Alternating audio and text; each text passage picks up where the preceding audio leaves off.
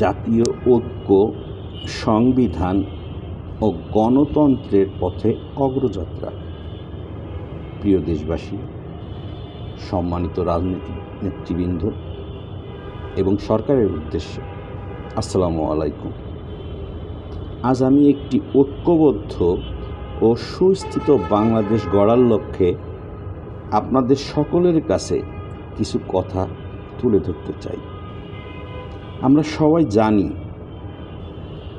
বাংলাদেশ একটি গৌরবময় ইতিহাস ও সংবিধানের অধিকারী। আমাদের সংবিধান আমাদেরকে গণতন্ত্র, ধর্মনিরপেক্ষতা, সমতা এবং ন্যায় বিচারের পথ দেখায়। কিন্তু বর্তমান সময়ে আমরা রাজনৈতিক অস্থিরতা, বিভাজন ও সংকটের মুখোমুখি হয়েছি। জাতীয় ঐক্য কমিশনের মেয়াদ বৃদ্ধি নিয়ে অনেক আলোচনা হচ্ছে। এই সিদ্ধান্তটি নেওয়া হয়েছে দেশের স্থিতিশীলতা ও শান্তি রক্ষার জন্য। তবে আমাদের সকলের মনে রাখা উচিত, কোনো প্রতিষ্ঠান বা সরকার কোনো অবস্থাতেই সংবিধানের ঊর্ধ্বে নয়। প্রিয় দেশবাসী, যদি সংবিধানের মৌলিক কাঠামোতে কোনো পরিবর্তন আসে, তবে তা বাংলাদেশের সার্বভৌমত্ব ও স্বাধীনতাকে প্রশ্নের মুখে ফেলবে। আমরা ইতিহাস থেকে জেনেছি, একটি বিভাজন ও অস্থিরতা একটি জাতিকে কতটা পিছিয়ে দিতে পারে। 1971 সালের মহান স্বাধীনতা সংগ্রাম আমাদের শিখিয়েছে এটি, কিভাবে ঐক্যবদ্ধ হয়ে লক্ষ্যে পৌঁছাতে হয়।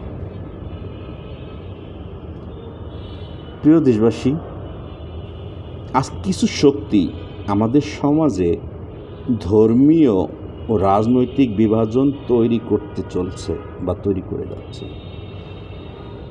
তারা ইতিহাস বিকৃত করছে এবং তরুণ সমাজকে বিভ্রান্ত করছে, কিন্তু এটা আমাদের করতে দেওয়া উচিত নয়।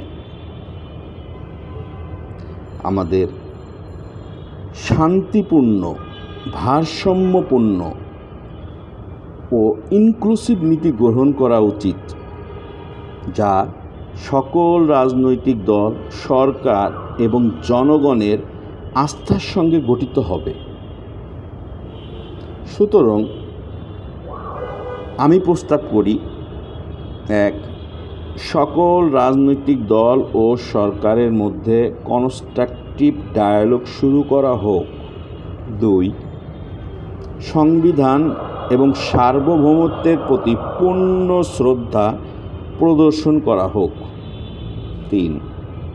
একটি অবাধ, ন্যায্য, শান্তিপূর্ণ জাতীয় নির্বাচনের আয়োজন করা হোক, যাতে জনগণের ভোটে সরকার গঠিত হয়। 4. যুব সমাজকে সঠিক ইতিহাস এবং গণতন্ত্রের শিক্ষা দেওয়া হোক।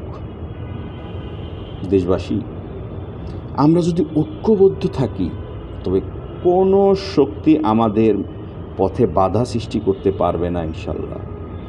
আসুন আমরা একসাথে শান্তিপূর্ণ, শক্তিশালী, গণতান্ত্রিক, ন্যায় ও ন্যায্যতার ভিত্তিতে একটি বাংলাদেশ, নতুন বাংলাদেশ গড়ে তুলি। সকলকে ধন্যবাদ। সুজন, সদস্য, বাংলাদেশ আওয়ামী লীগ।